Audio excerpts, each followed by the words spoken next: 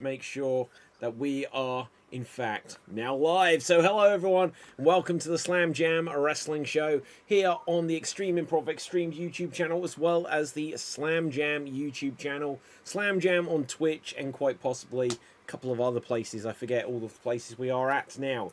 Now, it's been an interesting week in professional wrestling. AEW presented All Out, where we saw the likes of Swerve Strickland get injected through the cheek with a syringe, and Bryan Danielson get suffocated with a plastic bag. So it's been controversial, if nothing else. We also have had Monday Night Raw, where Gunther confirmed that his favourite wrestler is Bill Goldberg, and did so in the face of Bret Hitman Hart. And also we have just seen that the PWI Top 500 for 2024 has been released. Now, we're going to come to you guys. I don't know if you've seen it yet, but we might even start with some of that. But let's say hello to the people. Capital Fave. What's up, dogs? Hailing from the land of leopards, elephants, and crocodiles, it's me, Capital Dave.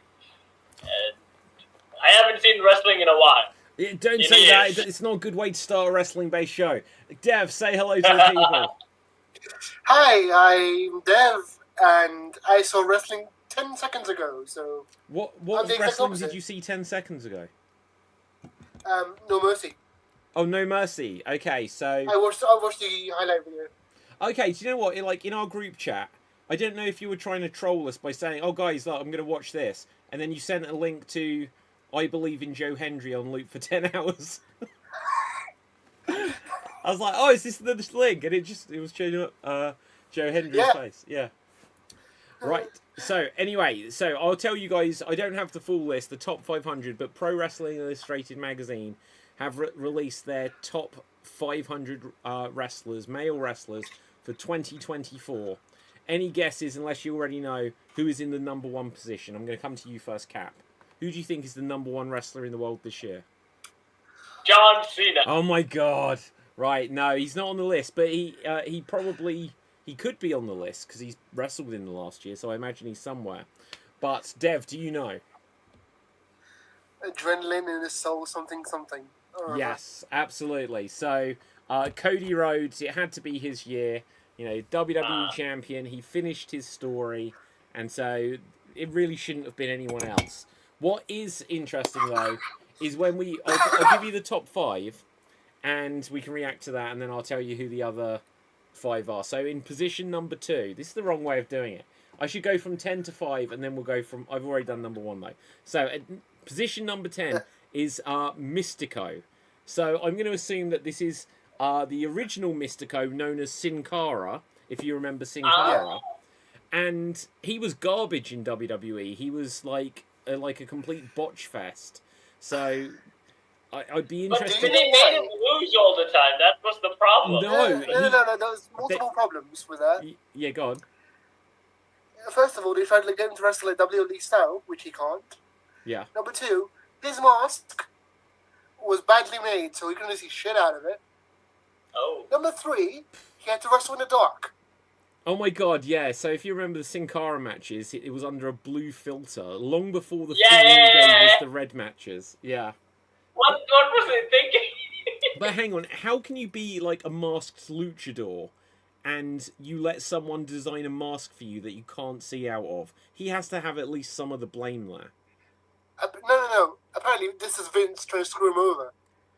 Why did Vince hate Sin Cara? Because he didn't make him. Why did he hire him then?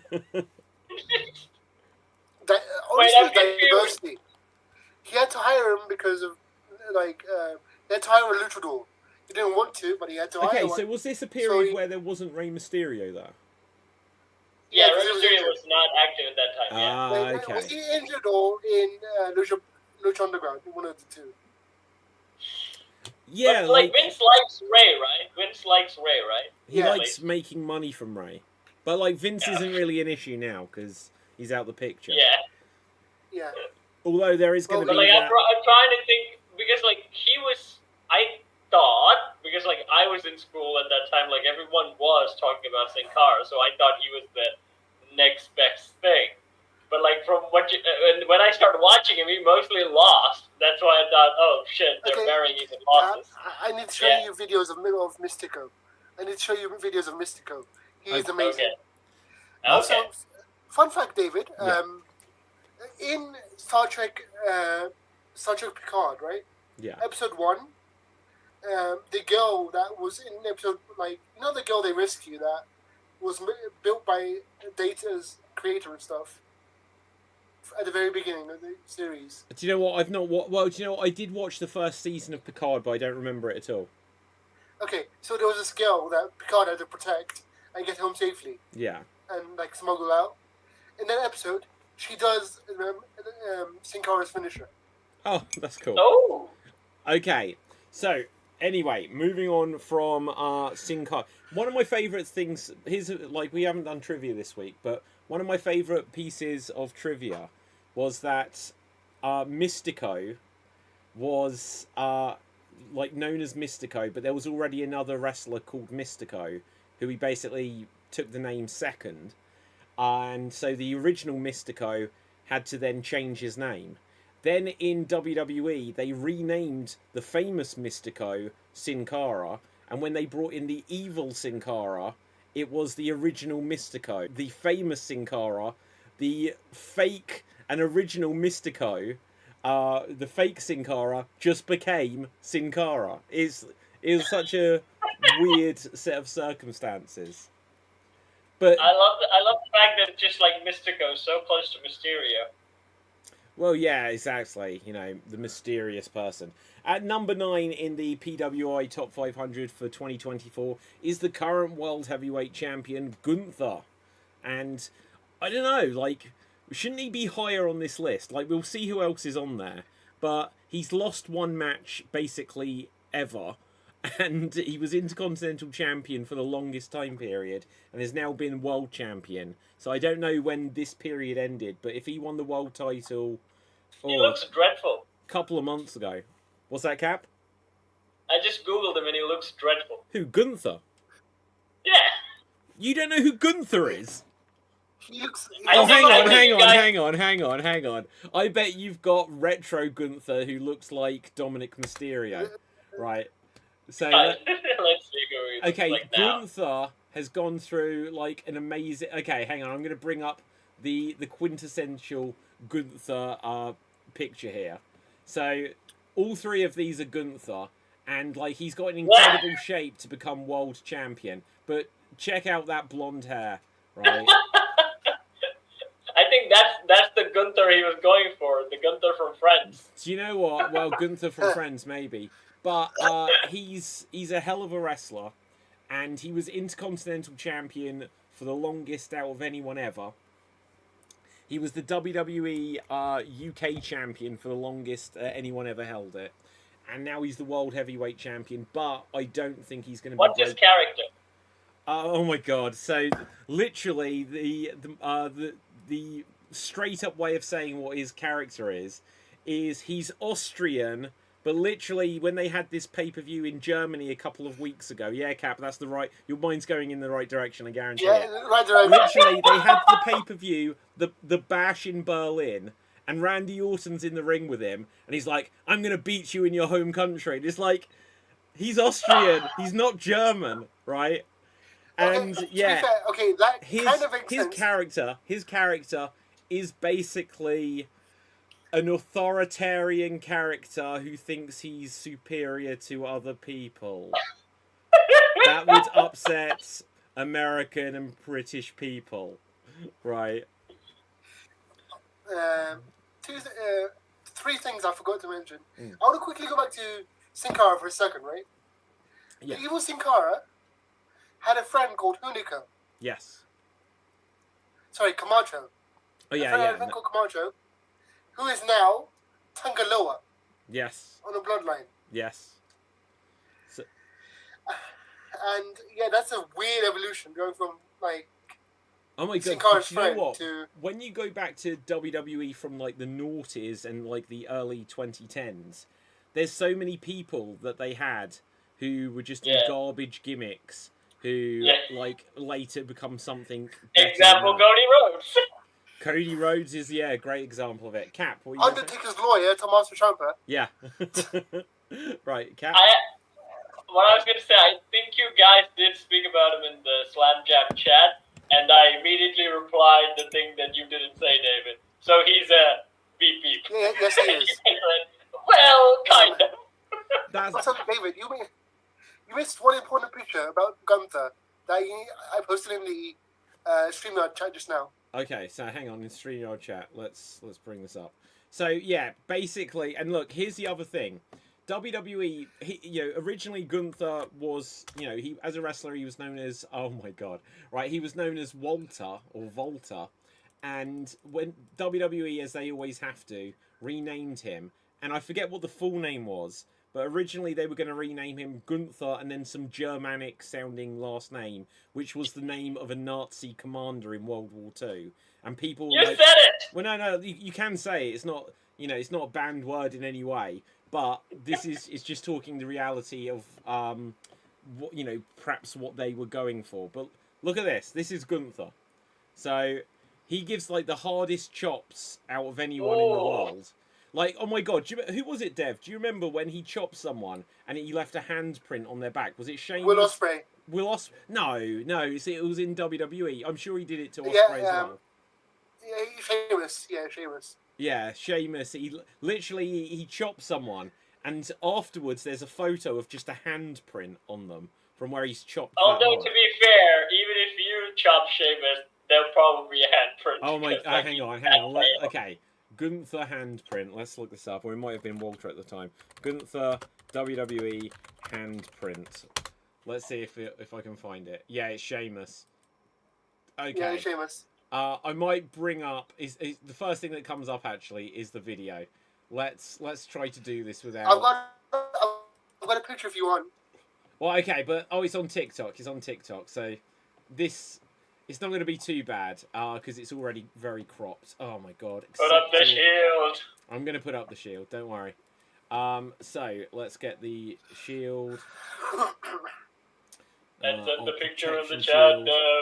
Oh my god, I don't have Sierra Hotel. I've got to use India. the Justice League one. It's the old force field. Right. Oh gosh. Let's refresh that. And let's see if we can see this moment. So look. You can see there the actual handprint on the back of Sheamus. So crazy stuff. But anyway, so Speaking of Sheamus, I do have to ask, what happened to his partner, the Swiss Superman? He's in AEW. Yeah, Oh. we'll get to that. Yeah. So he's wrestling back under, I think is probably his real name, Claudio Castagnoli. Yeah, Claudio Castagnoli. And he left WWE basically because he wanted to be a main eventer. And Vince McMahon, it was about Claudio, I guess. What Vince McMahon was on the Steve Austin podcast, and Steve Austin said, "Hey, why? Lots of people are really high on Cesaro." And it's like, and Vince McMahon's, this is where the famous, well, you gotta really grab that brass ring, that idea came from. And then I think Cesaro eventually did get a one pay-per-view world title match, but it didn't go to anything. And then he left, he went to AEW. And yeah, we will get to that because he was making some headlines a couple of days back. But, so next on the list, formerly known as Dean Ambrose, Jon Moxley is number 8 in the world, apparently this year. Wait, I'm just going to say, okay. This is a really controversial list, right? We don't have to, break down each one individually, so, because I think we need the overall picture to make some comments here. At number 7 is AEW wrestler MJF, Maxwell Jacob Friedman. Number 6 is Damian Priest. Well, this is one of the things I'm going to say. Damian Priest was world champion from WrestleMania until he lost it to Gunther a couple of months back. Tetsuya Naito from New Japan Pro Wrestling is number 5. Seth Rollins, number 4. Will Ospreay, number 3. Cody Rhodes, we know, number 1. But at number 2 is Swerve Strickland, who literally just lost the AEW world That title. is deserved, though. Swerve is deserved. In a sense, I gotta it say, is. Damian Priest looks awesome. Damian Priest is like, he's so much better. His character, his presentation, his confidence with what he does. He's so good in the ring. Like, Cap, I don't know if you saw this, but he carried... looks like. Go ahead. Yeah, go. No, he looks like the Roman Reigns that I would support. Well, okay, cool. But what I was going to say is, like, if you haven't seen it, it's like a masterful thing that Damian Priest had a one-on-one singles match with Bad Bunny on a pay-per-view like a year and a half ago. And it's like, when you've got someone in the ring... Now, they've done WWE.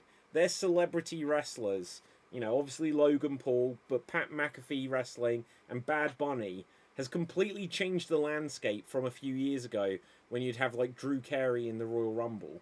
So, like, now they actually get celebrities who actually can pull off a match. But obviously, Damian Priest very much deserves, like, 70% of the credit for carrying that match and making it work, which it did. But, yeah, so, guys, the thing I was going to highlight here is MJF is quite low down, and he was injured for quite a while. He was out of the picture for a while. That would have worked against him. Roman Reigns was the longest world champion in like 30 or 40 years, and he isn't in the top 10, but I guess that's going to be because he only had a half dozen matches. What's your reaction to that? I never liked him anyways. You never liked Roman? No, I did like when he did make the heel turn, but, like, again, like, if some occasions, like, if they'd done that a bit sooner, yeah, I think I would have liked him a lot more. Cap, if you'd completely caught up with wrestling over the last couple of years, I promise you'd like Roman now. Because when, like, it's amazing that you're, like, the big John Cena fan. Because a lot of wrestling fans for years were like, we can't stand Cena, he can't wrestle good enough, they're pushing him too hard, he's super Cena. And then that's exactly what they tried to do with Roman Reigns. And with both of them, you know, the audience reaction was massively mixed. And Cena, Cena was a heel, and he was a great heel once upon a time. But they never turned him heel again. Yeah, word life and all that. But with Roman Reigns, some reason they decided, okay, we will turn him heel. And the storyline with his group, the Bloodline, has genuinely been, I think, the thing that has completely turned things around for WWE in the last 2 or 3 years. Yeah, I think this is... Yeah, go ahead. It's the longest running storyline, and everybody in the roster was involved somehow. Yeah. It felt like the Attitude Era. Everyone on the show was involved in the Bloodline. Everyone tried to stop the Bloodline. Everyone failed to stop the Bloodline. Everybody joined the Bloodline and left. Yeah. It's like the Nexus. But I was going to say, it was like the Nexus was great for the first couple of months. But then as soon as they lost at SummerSlam, it was game over for them, basically.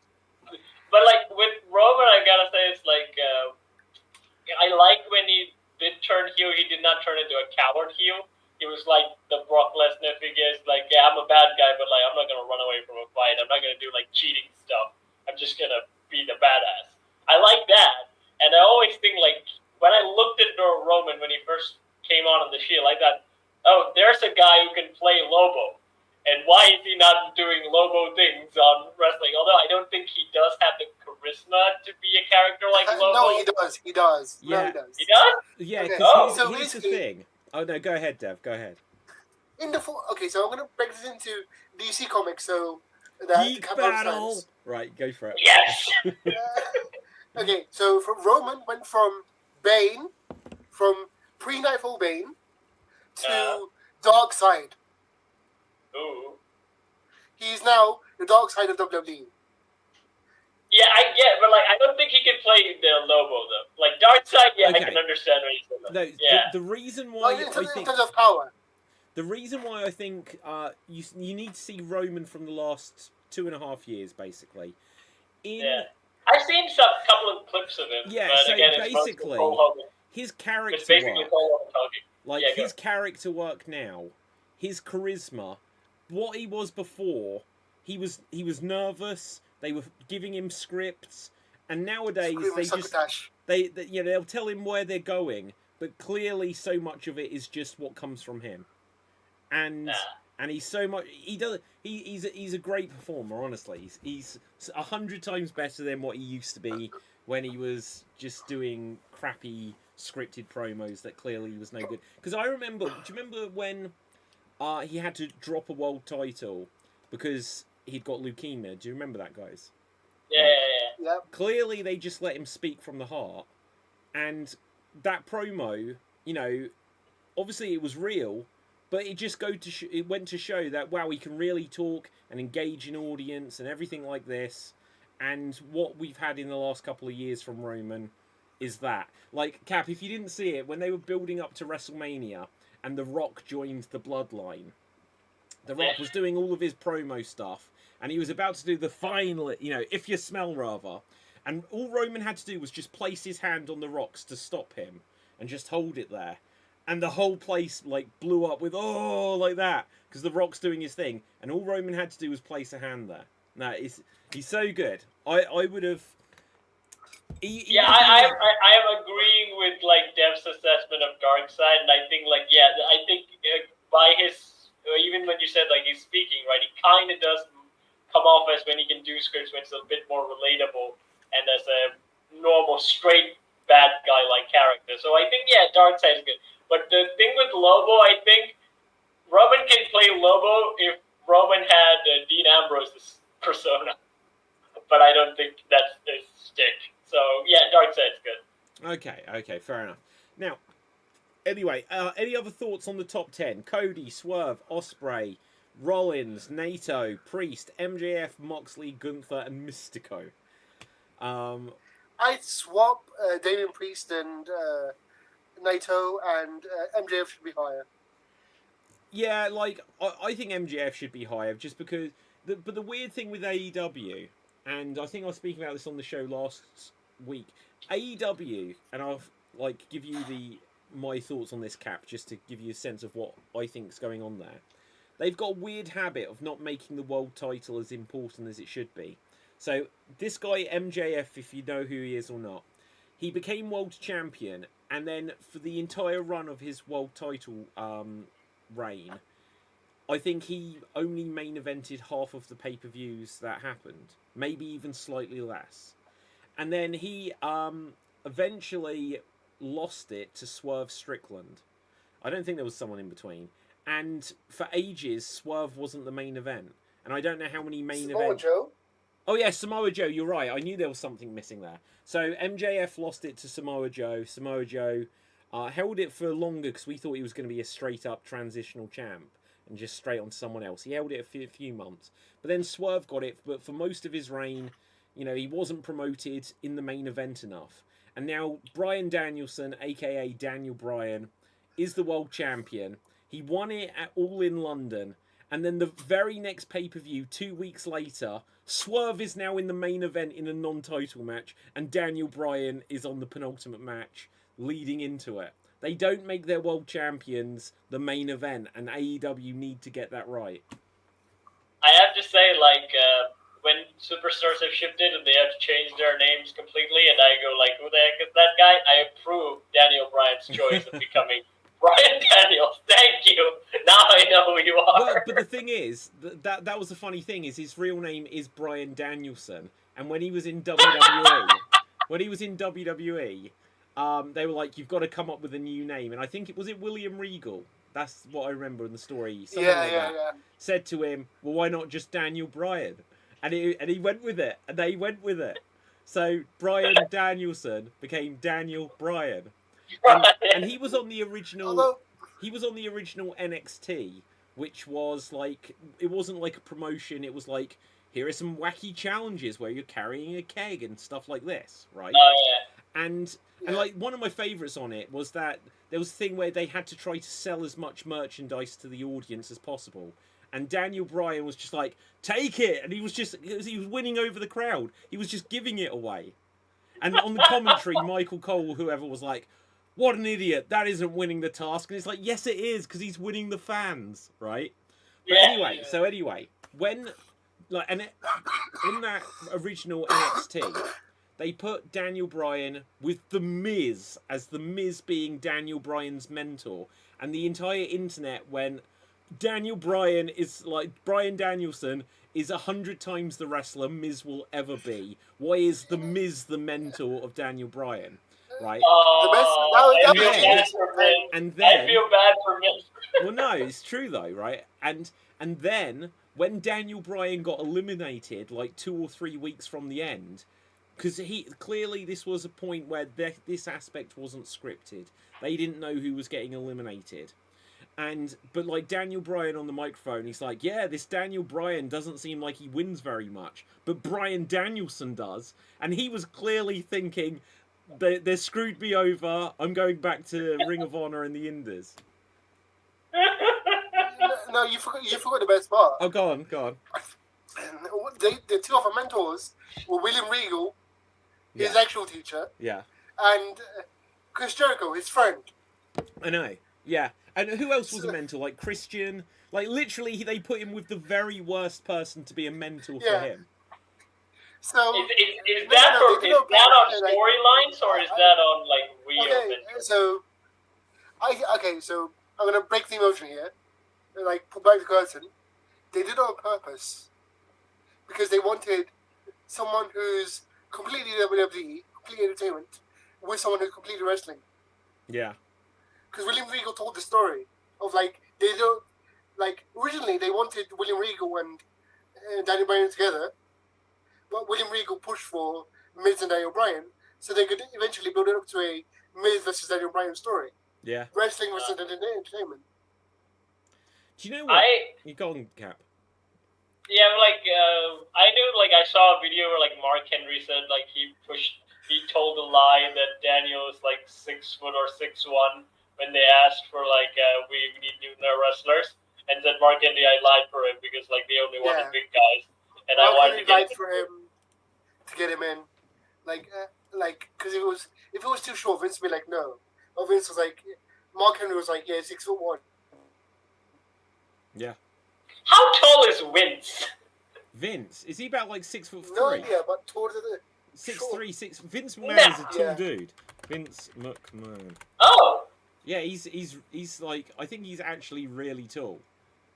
Let's have a look. But then again, what he says. Maybe that's. Let's see what his build height is. 6'2". So yeah, he's not a small guy.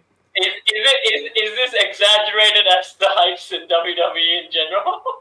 Who's to say? Because basically, with anyone else, they could say, well, their build height is this, but then when they wrestled on the Indies, they were that. Vince is only ever in WWE, you know. Yeah. Also, David, I just realized something really funny. Yeah. There was a point in time that everyone except Miz of the NXT mentors were in AEW together. Sorry, say that again?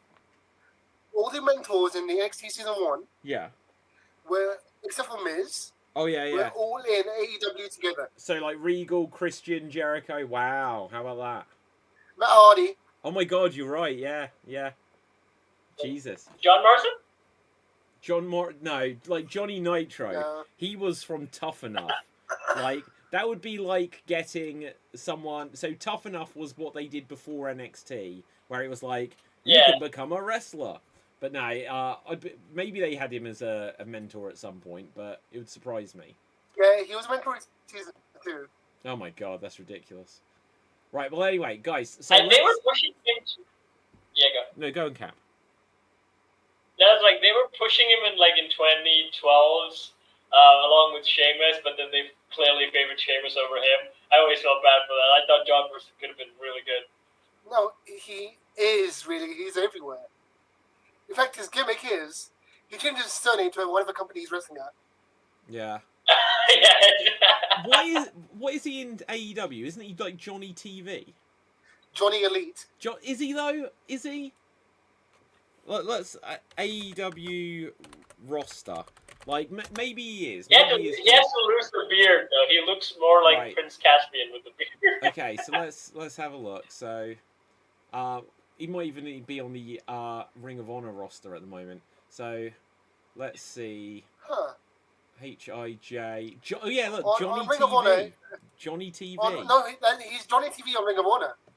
He's Johnny Elite on AEW. Oh, okay, but this is the AEW website. Why haven't they got it correct? Because they're using the Ring of Honor name. Oh, okay. Well, why isn't he Johnny Honor? He should be Johnny... Oh my god, he should be Johnny of Honor.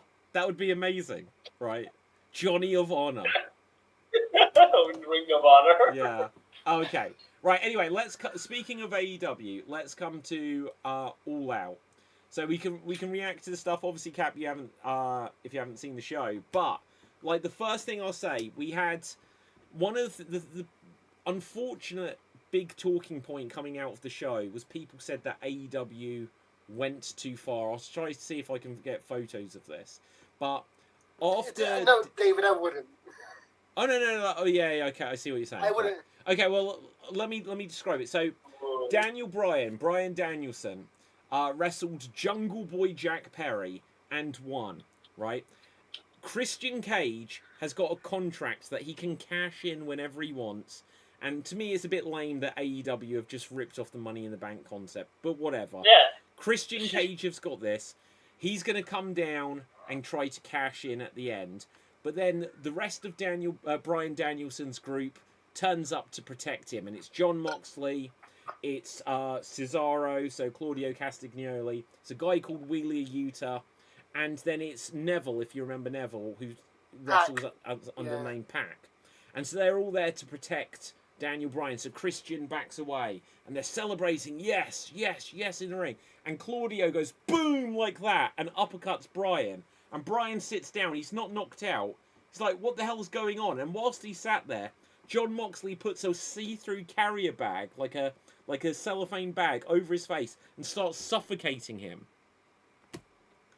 And I mean, like I've seen John Cena choke out Umaga. That was the first wrestling show I saw, and I was like, what was he choking Umaga with? With the turnbuckle. No, basically they broke the ring rope. Oh, okay. They literally broke the ring and like he was choking him with a ring rope.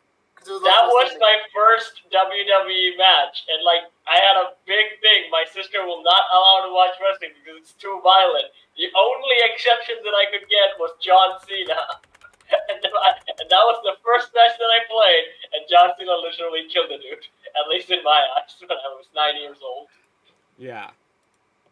Right. Well, anyway, so, well, look, I'm going to bring up this image. I think this is okay. I don't think this will break any rules or anything. So you'll see this image. It's a still image, right?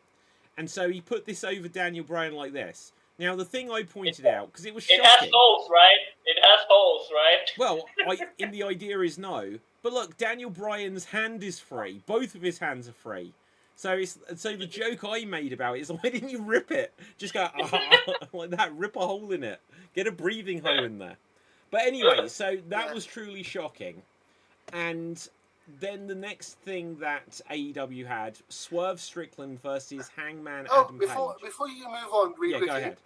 Did you see what AEW tweeted seconds off that, like, after the bag thing? No, tell me. They're like, because what happened was so horrible, we can't show this, like, we can't post about it. Yeah, do you know what? That's a really clever post, though, isn't it? Because then everyone's going to be looking, like, everyone's like, what's the horrible thing? Yeah, we need to watch. Everyone then wants to see what it is. But, like... Oh, no, I don't think it's that violent. Like, WWE is stuff way worse than that. Well, no, Cap, give us like 10 minutes. You'll see in this. Well, no, okay, like so I can sum it up. Daniel Bryan was fired from WWE the first night of the Nexus because he choked the ring announcer with his own tie. And now, literally, on AEW, Daniel Bryan is being suffocated in a similar way. So, literally, even though he's now the victim, to show how, like, controversial this is literally on par with something that got the same guy fired 10 years ago. Also, David, I'm making an edit, right? I'm making an edit of that scene. Yeah. It just, like, as he gets choked out, it just cuts to Justin Roberts cheering. You got what? The guy... As Daniel Bryan's getting choked out, it just cuts to Justin Roberts cheering for him. yeah, absolutely. Because, you know, you should, if you're making an edit of it, You need to have sort of like that misty flashback of the same thing happening to. Yeah. Yeah. Okay. But David, before you move on, Yeah. like, who is Cesaro now? What's his name? Claudio Castagnoli. What's his character? Exactly the same. Him. Yeah. See, the thing with like Cesaro, right? When I first saw him in WWE, I was like, this guy needs to be the Jason Statham of WWE, and he never became that guy. Yeah. Yeah. Okay. Although, you know who became that guy? John Moxley. Yeah. Yeah, John Moxley kind of likes Jason Statham, yeah. Gosh, do you know what, guys? I'm just going to show you this. I'm trying to find what happened with Swerve. And this is just too funny not to show. It's literally just a clip from the wrestling. But, like, what a perfectly timed camera angle is that? It's just his pyro. That is, like, amazing. That is a perfectly timed Is that Bobby Lashley? Yeah. Yes, it is. Yeah. Perfectly timed. It's Brock Lesnar. Yeah. Okay, so Swerve Strickland wrestled in like a... Every time, David, you say that, it reminds me of Sean Strickland from UFC. Well, this is... You don't know who Swerve Strickland is, man? Right. No. Let me bring up Swerve. WWE name. Well, he used to be in, like, NXT. I'm not sure if he ever made it to the main roster of WWE. He did. He was in SmackDown for, like a week, right? Yeah. Tiny and they got amount fired. of And time. So, anyway... Everyone else got rehired. I can't... Do you know what? The only thing I can get is a bit of footage. I can't show it. It's too violent. So it's a cage match. Hangman Page gets a syringe, opens his mouth, and sticks it through his cheek. Now, here's the thing. Hangman and Swerve. I'm a big CM Punk fan, so to hell with Hangman Page is my attitude, because he cost AEW CM Punk ultimately. But doesn't mean that Hangman Page isn't a good wrestler. But I think he's... I don't know if it's Tony Khan who runs AEW, Hangman Page himself, Swerve a little bit. You know, they had a match a year ago, Swerve and Hangman Page. Swerve starts bleeding. Hangman gets underneath him so that Swerve's blood pours in his own mouth so he can spit blood. Right? Yeah, exactly. Right? I would have fired both of them. That's some hepatitis. Also, so many diseases. I know. Are you an idiot? It's literally, it's like, what is this? Cannibalism. Right? And so, I said at the time, I'd have fired both of them. Now, it doesn't mean that they're not talented, right? That's like clear violation of like athletic codes and stuff. Well, like, yeah, don't exactly. do that. I don't know why AEW feel the need to do stuff which is like, it's like this garbage wrestling, because I know for a fact, like, if I was watching it with my girlfriend, I'd feel embarrassed to be in the room with it. You know what I mean? And so then the thing with the syringe, it's like, this is Is it like a real needle thing or is it a fake one? Yeah, they put a real needle there. through his own cheek. Yeah.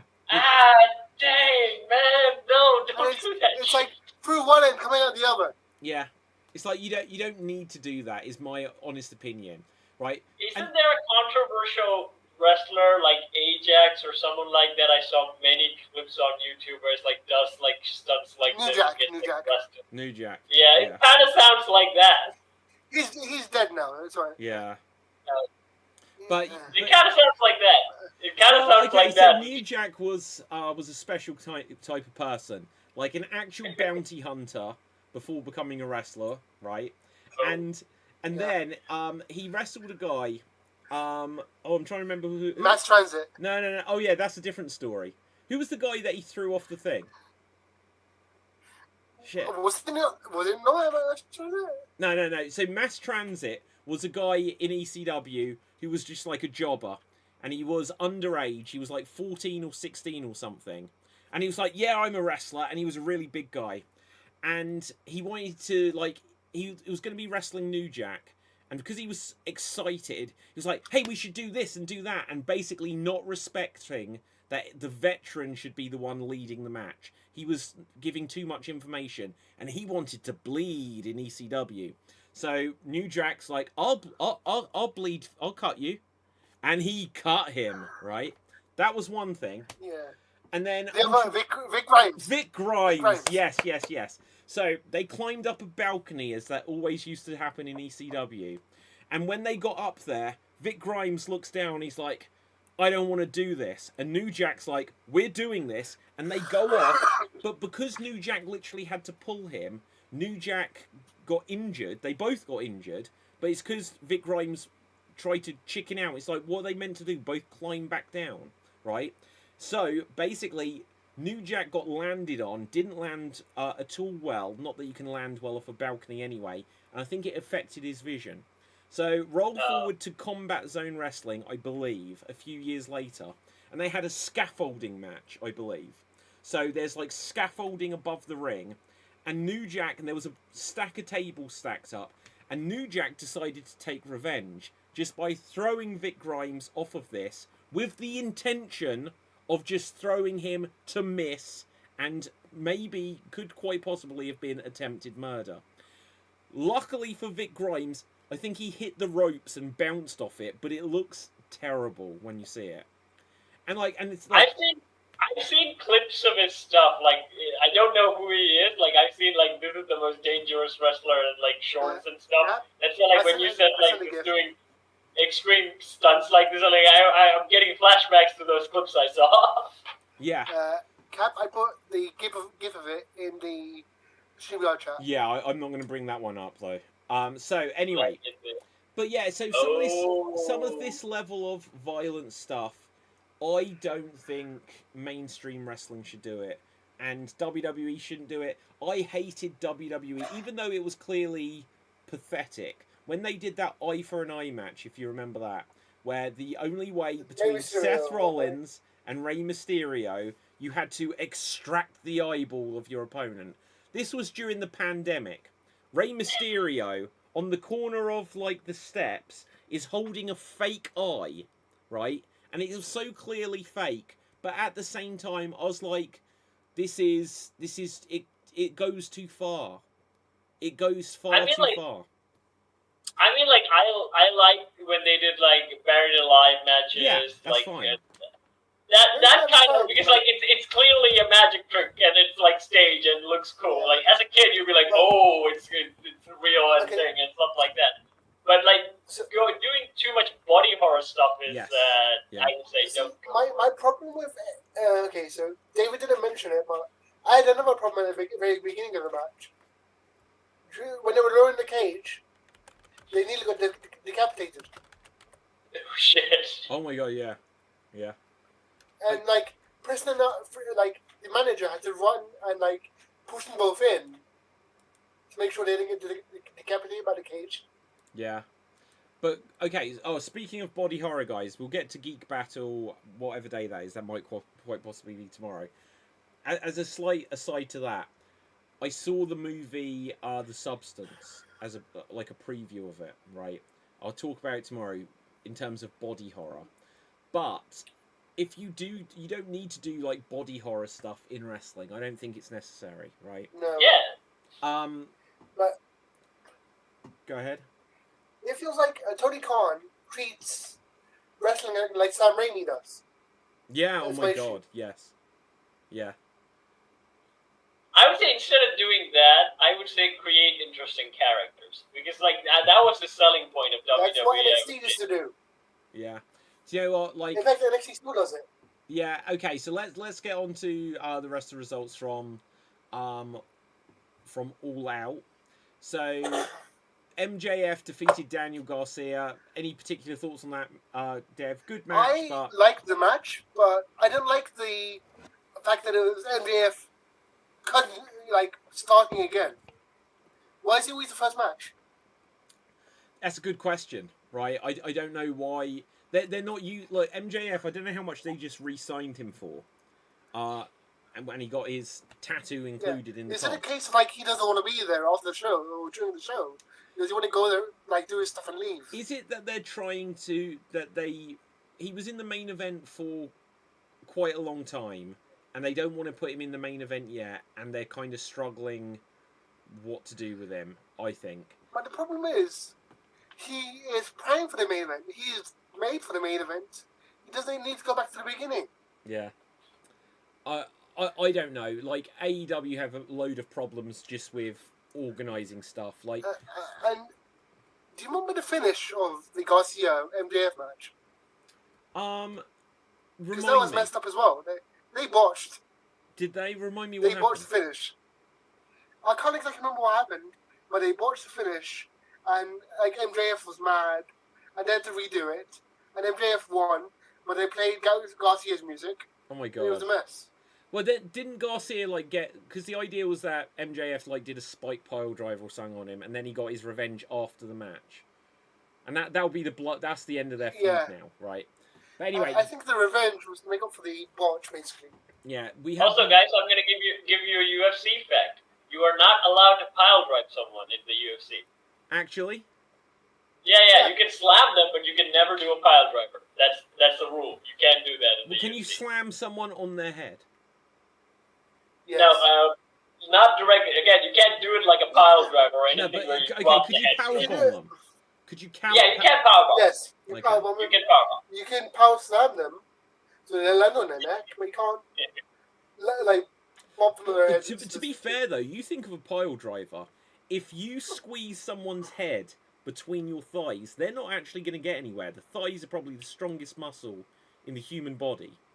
So if Yeah, you but like clamp that them there, if you clamp them there, you could then like just absolute brute force them up and go down. Yeah. No, Yeah. I get that. That does make sense. Just because a pile driver is a move you can do to someone if you force it, right? So, Yeah. Okay, we then had Will Ospreay and Pac. Great match. Really fucking good match. Really good match. But it was always going to be. Afterwards, though, there was a cameo by Ricochet. If you know who Ricochet is, Ricochet is now in AEW, and He's what gone was it too? he kept saying? He can't speak on the mic to save his life. He was like, "Anytime you think about it, mate," or something like this, just like over and over again, right? Okay. Bad on the mic. So here's my problem with Ricochet as a person. He is immature as hell on social media. Actually, Like, I've not paid attention. Yes, he responds to everyone who makes fun of him being in AEW. He responds to everyone. Oh my god, I'm gonna start trolling this guy then. No, I'm joking. I don't mean that. Get him on the show, Dave. And plus, since Lucha Underground, he could never speak. That's why they made him into British Boomer. And had Conan be his manager. Yeah. Conan's the best speaker ever. You think Conan is the best speaker ever? Did Conan the Barbarian? Conan's a really good speaker. Like, Conan is a good speaker. Like in WCW, you know, he was the cool factor of the NWO and that's stuff what I like meant. this. Like, he's not the best speaker ever, but like, yeah, he's the okay, best, okay. like, non-WWE speaker. Yeah, no, okay, no, Conan is a good speaker. I mean, I don't know why WWE, other than like his Max Moon moment, never brought Conan in after WCW. Vince is racist. Because Vince has certain opinions. Vince has certain opinions about people from where he is. Yeah. But like he had Ray there for so long. It's like Conan would have happily. Ray Prince money. Yeah. Conan would have been money. Conan was money. Conan was like the biggest star in Conan's Mexico. also very difficult to talk to. Yeah. Conan's actually very difficult to deal with. So Vince does not like Lucha Libres at all? Probably not. No. Probably not. Because he didn't invent the Lucha Libre. Yeah. So he's like, I hate Disney because I didn't create it. I'll tell you something though. The way Rey Mysterio adapted, and you know, Eddie Guerrero, I would say Rey Mysterio is the most pure lucha style that you have. Eddie Guerrero, you know, wrestled a more American style in WCW and especially in WWE. But I'd say Rey Mysterio is the one who adapted the style most to fit in with WWE American style, because when you look at, when you actually watch anything like CMLL or AAA, like there's so many arm drags and moves that are just implausible. There's so much stuff where it's just like it looks like cooperation. So, you know, I think just being able to overcome that aspect is a big important thing. The reason like WWE and Rey Mysterio gelled so well as well is that Ray really appreciated putting the mask back on. Yeah. Because WWE made him take it off. Yeah. Like breaking lucha tradition. Yeah. Yeah. Although I would say he does have a good face. You think Rey Mysterio has a good face? He does have He a good looks like face. a 10-year-old. He still looks like a 10-year-old. Yeah, that's a good Someone told him face. he He can does. never age. Yeah. He's Keanu Reeves in that sense. Okay, so a couple of other matches on All Out to get on with, basically. So Okada kept his Continental Championship. Okay, so let's just quickly get through that match against Mark Briscoe, Orange Cassidy, and Takeshita. And it was a good match, but meh. Like, what? Like, AEW have too many titles, and I don't understand which title means what. There's the world title, which, as I said, isn't usually the main event. Then we've got the Continental Championship, the International Championship, and the TNT Championship. And I don't know which one is meant to be the secondary title, the third title. Nothing means anything. Okay, so I jokingly call these the world title, the Okada title, and the racism title. The racism title? Which one's the racism title? It's national. The International? Because Who's when the MJF had champion? it was American. Oh, it was the Now American. when MJF had it was the American title. Yeah. When Osprey had it was a British title. Wait, it's not called the British title now, is it? No. Now it's international again. Okay. But before it was British. Oh, okay. Yeah, but like, what does the intercontinental mean, anyways? I never understood what that word Okay, meant. between continents. Yeah, between like- continents. Okay. But now AEW, they don't have an Intercontinental Championship. They have a have a Continental Continental. Championship. Yeah, Yeah, they exactly. don't The have United States. They don't have a US title. They have an American title, Yeah. which is now the America! international title. Yeah. Right. But anyway, so overall, I thought that it was a good show. I didn't think it was a better show overall than. Oh my god! Actually, You missed one. yeah, like probably actually the match that stole the show. Chris Statlander and Willow Nightingale, right? No, the What do I tags. The what? The tag title. Oh, what? Bucks and Blackpool Combat. I thought. Okay, I skipped. Bugs Bunny? No, it was the giant cluster one with like 5 teams in it. Oh, okay. Yeah. Wait, was that on the pre-show though? Was it on the pre-show? I've got It was pre-show. the title. So the tag titles was Blackpool Combat Club and Young Bucks, but then there was the trios match, which was No, Undisputed- yeah, sorry, I meant the BCC with the Bucks. Yeah, Yeah, okay. that's what I meant. Yeah, But because I know the pre-show had like 25 wrestlers in it. I know their pre-shows are a major problem. I was at All In person, in London, and Yeah. I was at the back of Wembley Stadium, literally one row behind me only. And when they have like a 15-man tag team match, I couldn't tell who anyone was, and I was genuinely thinking, "Oh man, this is going to be a long show. Should I actually leave early? Because is this worth just Yeah. seeing ants wrestle from a distance?" Right, guys. So let's move on, just because like time's getting away and all that. A couple of other things I guess we can react to. So WWE have got their deal with Netflix coming up from January, and Yeah. they've basically The McMahon announced, movie is here. right? But I basically, don't know why they did that. I Did don't know what, why they're Netflix? doing this. Yeah, like, why would you sabotage your own brand by having a like documentary shitting on what you just got?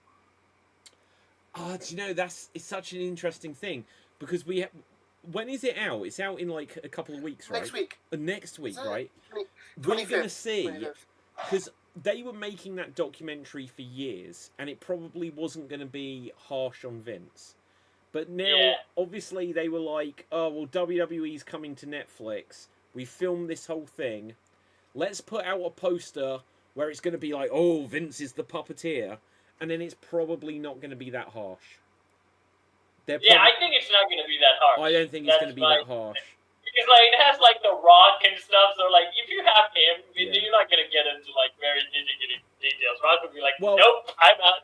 But you also like, so I've still got the theory that there's been like power plays, and either first Triple H and Stephanie were trying to steal WWE, right, and then Rock and Nick Khan, his childhood friend, suddenly a position so that Rock's on the board, and then the next day Vince is out, right? There's been power plays happening left, right, and centre. But the other aspect of it is the death of WCW, or Who Killed WCW documentary, was a $7 production, the Rock's production company, co-producing with the guys that do Dark Side of the Ring. And what that tells me is Dark Side of the Ring, where it'd always been like the stuff WWE or any of the wrestling companies and individual wrestlers didn't want spoken about, we're now suddenly partnering with The Rock. They're not going to want to tread on the toes of... so that I don't think we're going to get a Dark Side of the Ring Vince McMahon episode. Or if we do, it's now going to be, well, let's not upset the House of Vince, basically. There's power plays. It's a chess game. But anyway, so WWE is coming to Netflix in January, which, to be honest, I'm really excited about, because if all of the WWE pay-per-views, Raw, SmackDown, in the UK at least, are all on this one thing, you know, I already get Netflix, and at times I've been like, oh, Netflix hasn't got anything new on in between Stranger Things and Cobra Kai. Now it'll have something every single week that I want to see in WWE. But what I was going to say is, because they're... Smart move, Mike. Their Smart TV... move by Netflix. Like, oh my god, it's the smartest move. Like, I think Netflix, they're going to be so pleased to have WWE, because I genuinely think that their subscriber base is going to take a significant bump. You know... Yeah, because, like, for them, their advantage was that they were the only streaming service with all the properties. But now everyone has their streaming services. Yeah. And most of their stuff suck. So... But do you know what? I think you can't underestimate how popular and how global wrestling is. And I think there's going to be places around the world where suddenly their subscriber base for Netflix doubles because of the inclusion of WWE. Yeah. And I think the only way Disney can get on the Netflix is they get like UFC on board. But they already no, own they can't. ESPN. They can't get UFC. WWE and UFC are owned by the same company. But ESPN is also kind of owned by Disney. Oh, I don't know the... Yeah, ESPN is owned by Disney, yes. And is that where UFC is shown? That's going to be a legacy deal. I guarantee that's going to be a legacy deal from before the time. Yeah, where... it is. Yeah. So when... I'm going to look it up now. But do you know what? Didn't Disney actually air WWE in India or something like this? They did, and failed miserably. Well, do you know what? Oh, that's interesting in itself then. They kind of did it on the time there was a cricket match, and India loves cricket, so oh, yeah. they're going to go screw you. Here's an interesting fact I just found out, right? Yeah. It was a legacy deal, but it expires January 2025. Oh. Oh. Okay. Netflix So what if Netflix gets that too? Well... Oh my god, Do you Disney, know you're getting tough competition. Yeah, like, if Netflix got UFC and WWE, like, it's going to be interesting, because what I was going to say is that with WWE's deals, because look, they've been on Fox, and now they're not going to be on Fox, and so for the next couple of months, it's like Raw and SmackDown are on USA or whatever in America, but they've announced that Raw is only going to be a 2-hour show until the end of the year, right? And will WWE go back? Will Raw go back to being 2 hours? Because I think it's always been acknowledged that a 3-hour show might give them more advertising money, but it makes it a harder show to produce. And for watching wrestling, like, to me, growing up, it would be that WWF Raw or WCW Nitro, when they first were a thing, it was like they lasted an hour long each. And then it's like, now they've gone to 2 hours each. And then WCW went to 3 hours, and then also added the Thursday Thunder show, which then is why WWF created SmackDown. And it's like things spiraled out of control. And I genuinely think that with AEW, WWE, TNA, NWA, New Japan, whatever, Ring of Honor, whatever else you watch, I cannot watch that much wrestling in a week, right? It is impossible to keep up with everything. If WWE, and look, and the major thing I think which has hurt AEW is when it first started, they were a 2-hour show and they'd have 4 pay-per-views a year. And now they've got 2 hours on a Wednesday, 2 hours on a Saturday, an hour on a Friday. Now, they'll tape the hour that's on a Friday, usually. And then they do more and more monthly pay-per-views, and they don't have enough fans to fill the arenas. All of these wrestling companies need to focus in, be a 2-hour show, be once a week, and then make it an event every single week. And I think any promotion's going to lower their time and do focus on singular shows is probably going to be the most famous one, because like, people just don't have the time anymore. Exactly. Go on, Dev. I actually need to say several things, because first of all, there was like kind of breaking news like a day or two ago, where a AEW show got leaked, a new one, a trademark for an AEW show got leaked. Yes. And apparently that's going to Fox. Yeah. Okay, so AEW Shockwave is going to Fox. Yeah, so WWE is no longer on Fox. This is so funny how time repeats itself, because years ago WWE was on whatever channel they were on, TNN or whatever, that they basically ECW was on a channel. WWE then moved to be on the channel, so ECW got cancelled, and I then love ECW. yeah, well, but it was WWE just consumed everything, right?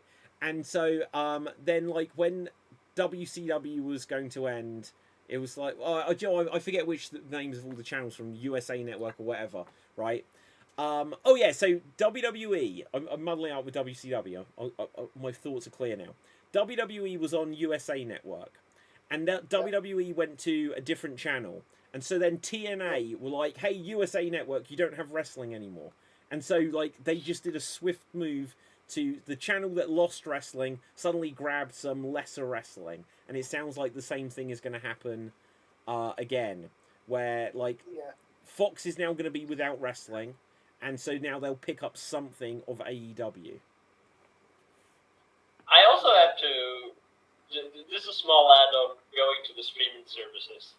I think they're going to be pirated a lot. that's going to be definitely thing. Because like the advantage of cable television that I always thought was, it's just cable. You only have to pay the cable bill. That's all I have to do, and it's not that much anyways, because it's always set on the local currency. Yeah. But with streaming services, I have to pay Wi-Fi bill, and it depends on your Wi-Fi services. But like most countries, like Sri Lanka and stuff, like you had to pay for broadband, it's like GB limit. So you're always like conserving GBs because of your official work stuff or any other stuff.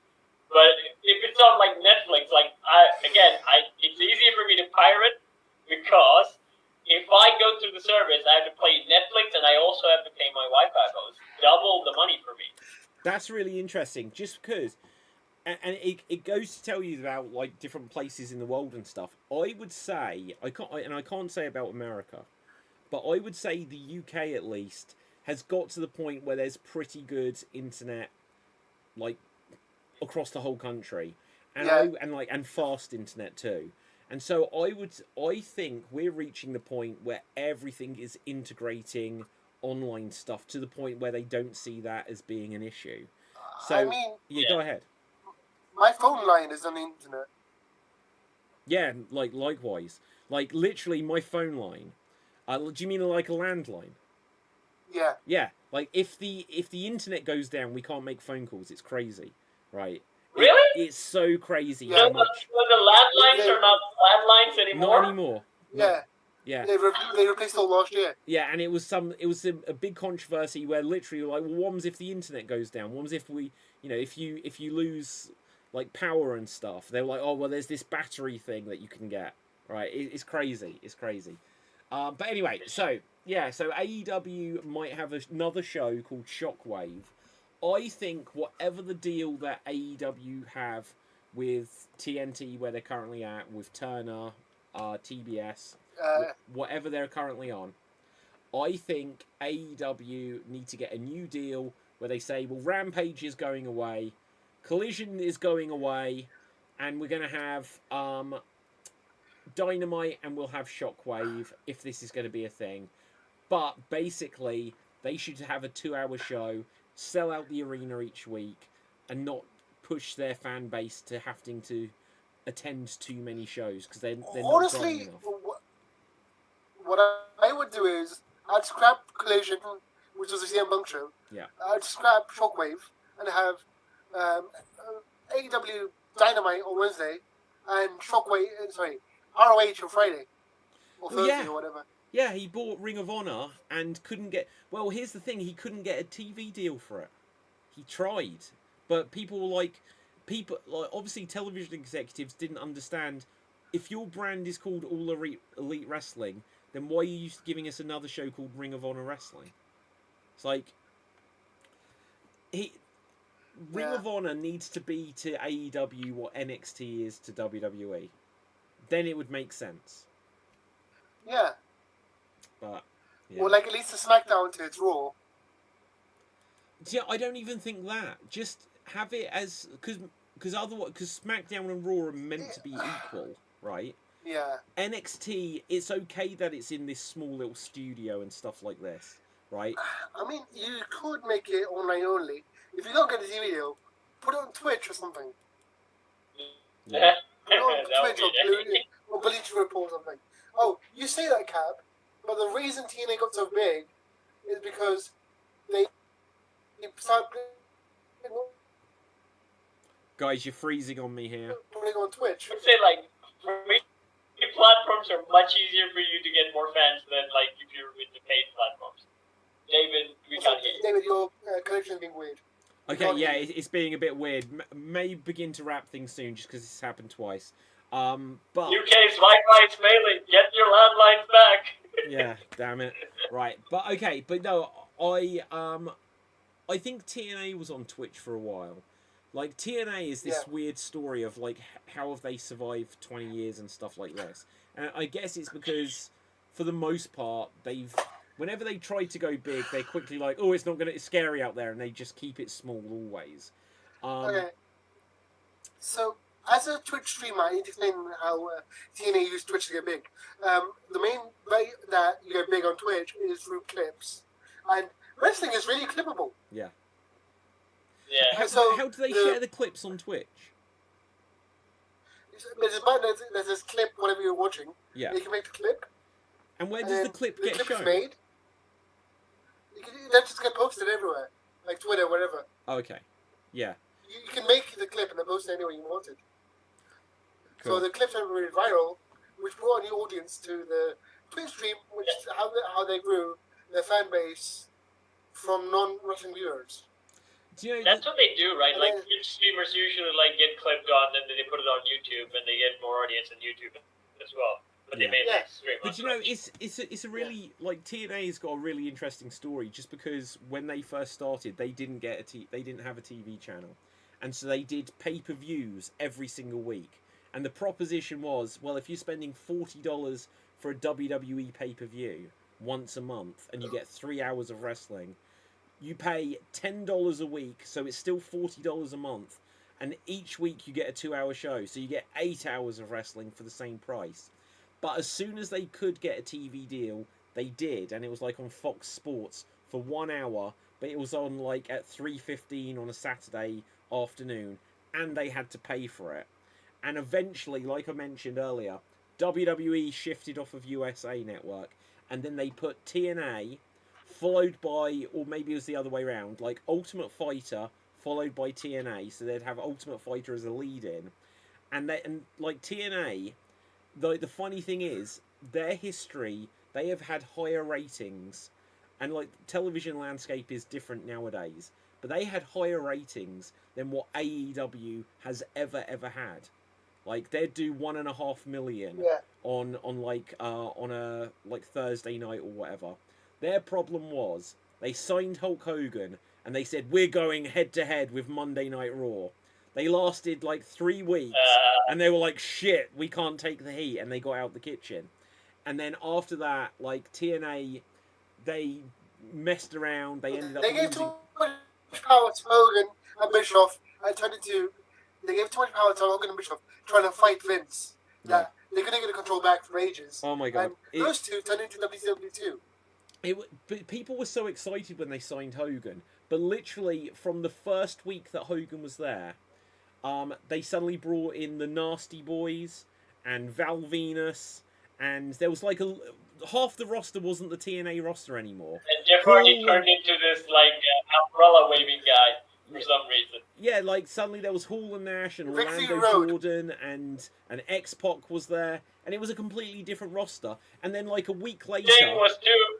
oh no, but Sting was already there, right? But then like a week later, they were like, "We're getting rid of the 6-sided ring, brother," right? And they brought him in a 4-sided ring. It's like you've taken everything that was TNA and you've just turned it into WCW, right? Do you know why they took away the ring? Well, it was Hogan didn't want it. Hogan didn't want it, even though I don't think he ever wrestled in TNA, or did he? No. I don't think he did. I don't think he had a match. I don't He think did he the had a whole match. like punch and like pose thing. Yeah, He punched someone opposed. yeah, he might have He had a has, match like, in TNA. It did. Balls and stuff. Actually, I think he did in the end. It's like Hulk Hogan last. I know Macho Man did. Macho Man did. I know that Macho Man was awesome. did. It was like he was so he had no ability to do it. His last match, Hulk Hogan's last match, was a 6-man tag match win on TNA, Maximum Impact Tour of England. Hogan's last match was in England, and let's see. I think I was there. What year was it? 2012.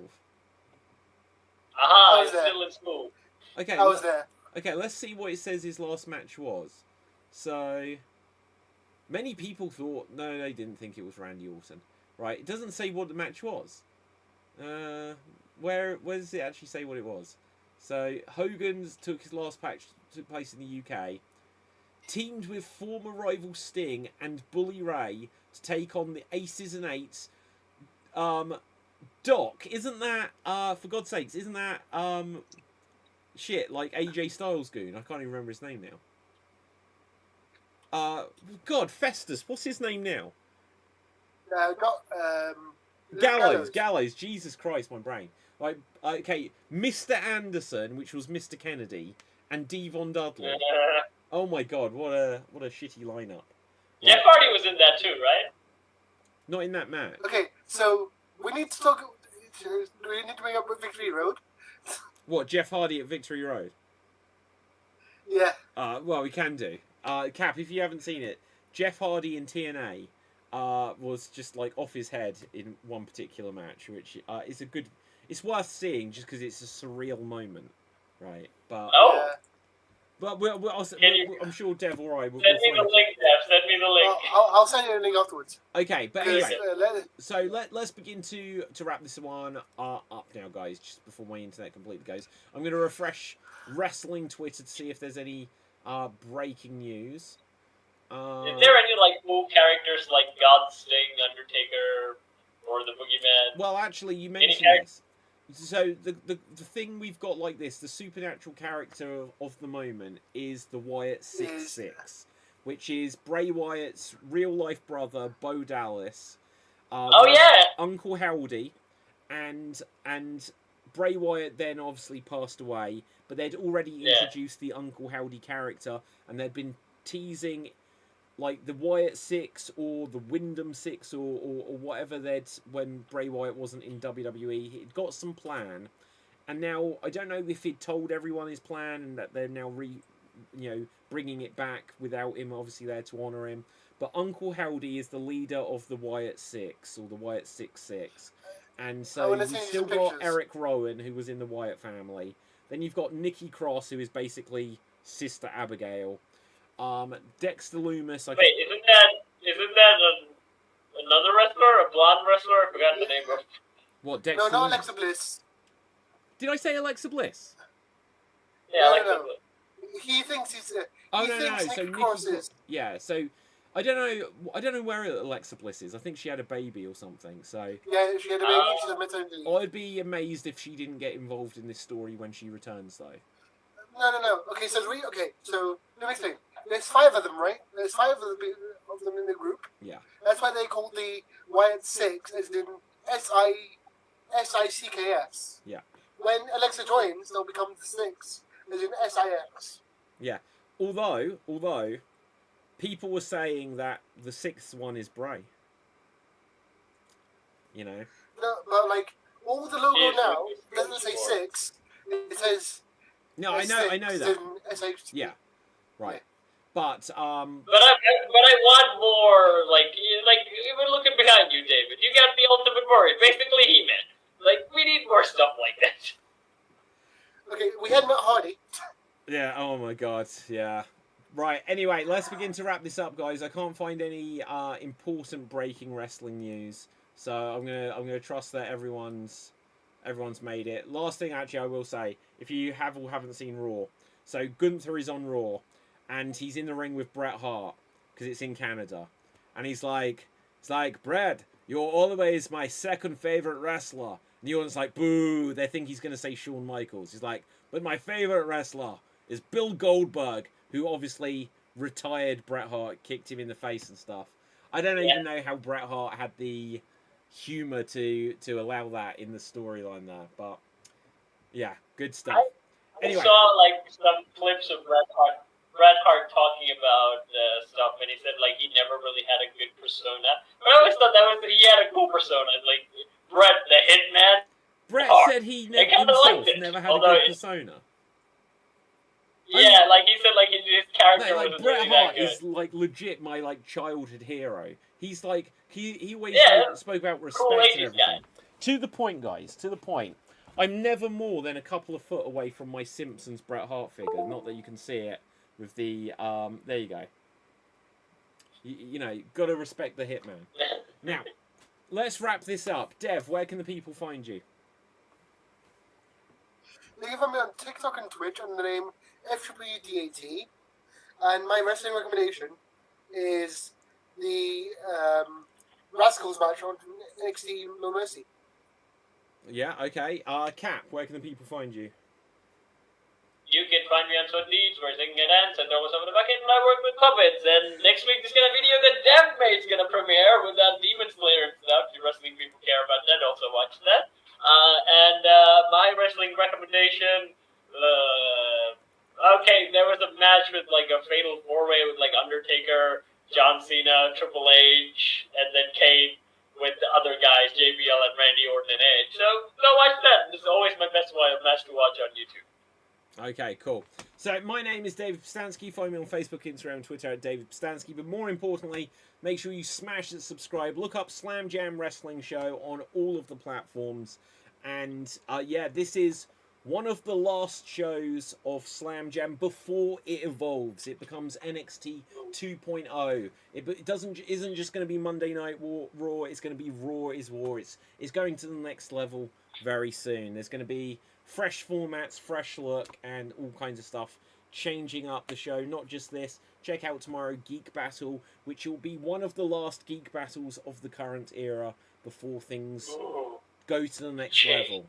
And I know it's so close. I could literally do it this week, but I'm showing the discipline and just making sure I've got all of the pieces where they need to be before we do the changeover.